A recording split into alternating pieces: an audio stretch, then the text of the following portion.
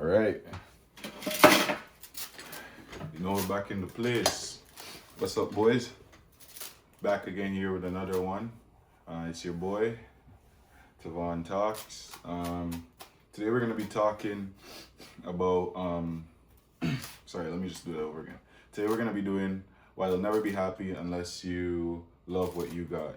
Everybody knows that that famous J. Cole song, Love Yours, Obviously, or what if I told you that obviously, that song is very, very true. And it's, speaking from personal experience, it's something that I grew up hearing a lot, coming from where coming from the ghetto, whatever. Is something that my mom preached a lot, is that you have to learn to be satisfied with what you have. If you're the type of person that watches what other people has and be like, yo, I wish I had that, then you're putting yourself in the worst possible mind state. This is something that even I used to suffer with. Now whenever those thoughts come up, I kind of just brush them off and just be like, yo, I'm actually happy with what I have, because there are people who have more than you and can look at them, and there's also people who have less than you, right? So yeah, so let's get into it. Riches doesn't come from owning a lot of things. It's from being satisfied. Like my previous point, what I was saying was, right? Everybody defines being rich in a different way. What does being rich to you could be different from what being rich to me means. I'm about to hit my 30s soon, right? For me, being rich, no cap, is gonna mean monetary. Health-wise is starting to become a big concern for me as well. The older you get, that's just natural. And time you have to spend with your family, because the older you get is the more people pass off, and the more you realize that you have to cherish the moments that you do have with people, versus somebody who's like in their 80s. Like comparing myself to somebody who's in their 80s, I doubt that money is the biggest problem for them. If it is, then they got some serious problems, right? But I think most people in their 80s or 70s or getting older up in age, they care more about the quality time they spend with people and their health. So just put that in perspective, right? You're living your life, you're in your own body, but you won't always have the same priorities that you have now, 10 years from now, 20 years from now, or even tomorrow, but like on the wider scale, riches is different for every single person. So don't feel like there's being rich means one specific thing. You can't tie it to one specific thing. You got to tie it to what it means for you. There's a famous interview with Bob Marley, and they asked him, are you rich? And he's like, oh, what makes someone rich? Wealth make him rich? No, I don't have them kind of position there. He's like, what is rich? What's rich is whatever he has, his family, his people that care about him, loving his life. That's what makes him rich. That was a great interview, a great example. Next up is like I said, money doesn't equal rich. That was my next point anyways. Options, safety, peace of mind, freedom of choice. Those are all the things that I personally consider rich or being wealthy. Having the option to go to work or not go to work. Having safety. Most people live in North America. Most of you guys watching probably live in North America. So you have the luxury of not even noticing the safety that you're afforded, right?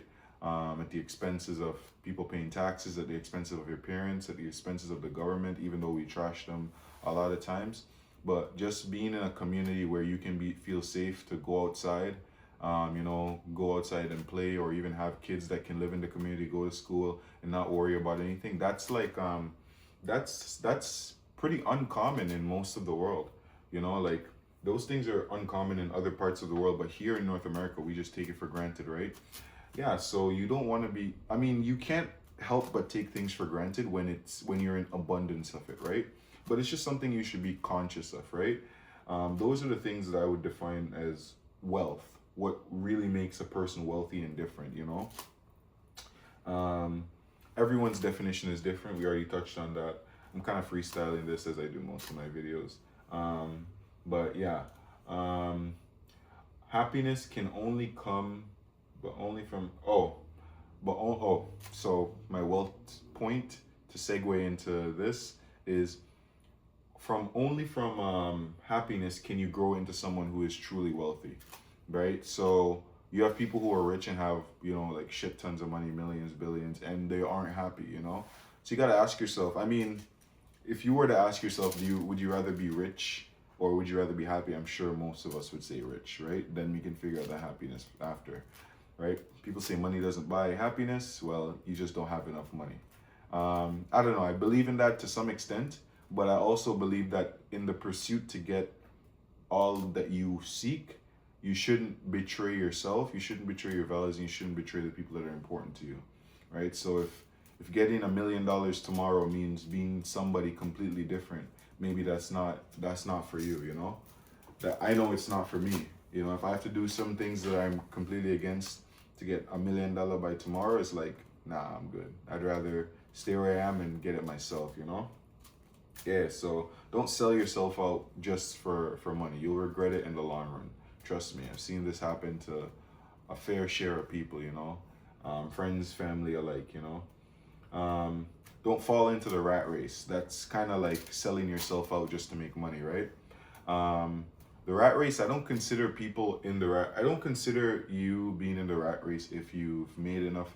If you have options. If you have options, then you're never in the rat race. You can go to work a 9 to 5, you know, or a 3 to 10 or whatever, right? But like, you can still not be in the rat race if you go to work and you have the option to choose whether you got a call in or whatever, whatever. Living paycheck to paycheck pretty much is what I would define as in the rat race, right? Having options is complete freedom and choice of over what you do and what happens to you and how you live your life, right? So if you are in the rat race, which is most people, you know, like figure out an exit strategy, and how you can, you know, escape, or how you can switch your situation around. There's always ways to do this, you know, like whether it's better budgeting, whether it's less spending.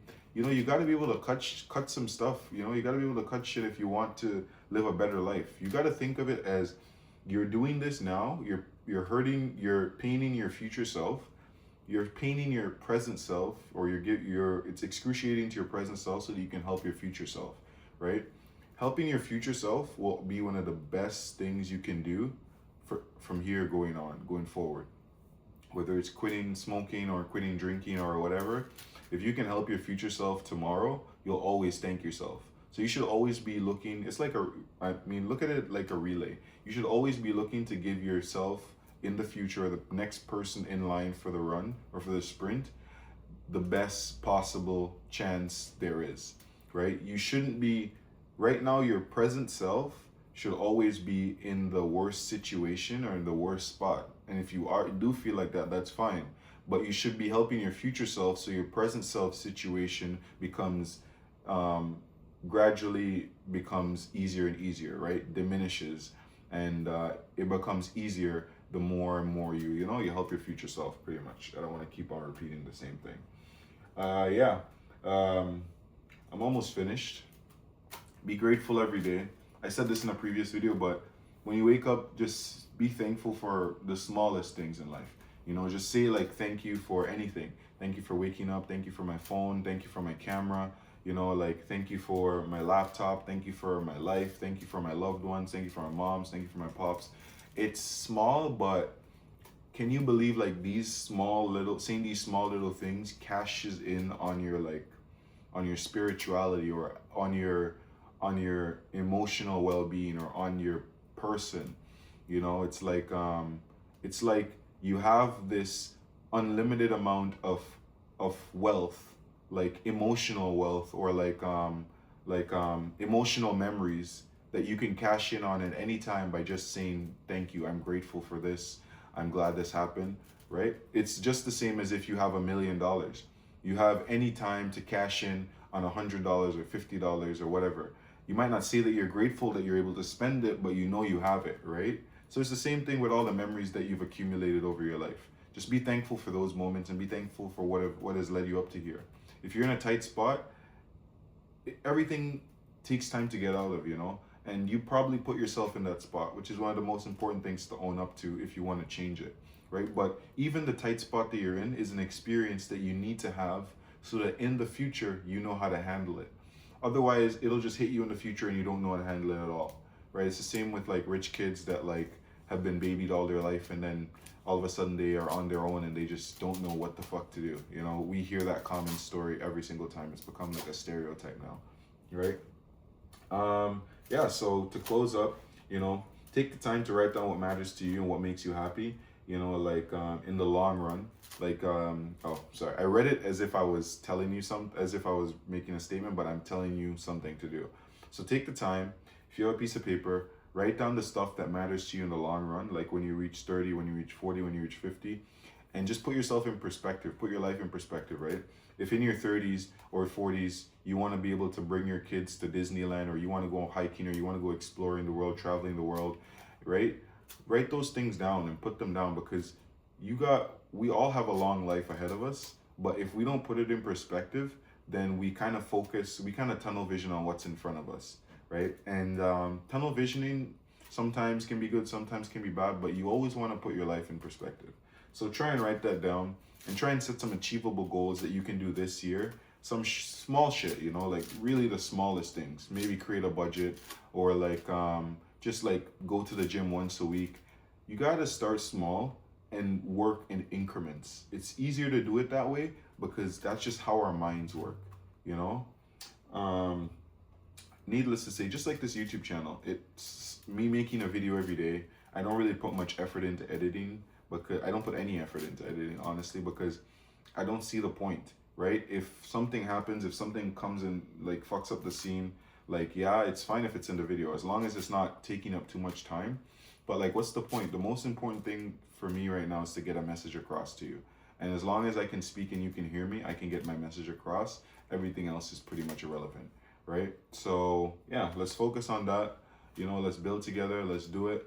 Let's get the bag, you know, let's secure wealth, secure health, and secure life, and, you know, do better for our families, whatever, whatnot, you know. If you enjoyed this video, don't forget to comment, like, subscribe. Let me know what kind of more stuff, what other kind of stuff you want to see. And see you tomorrow. Peace.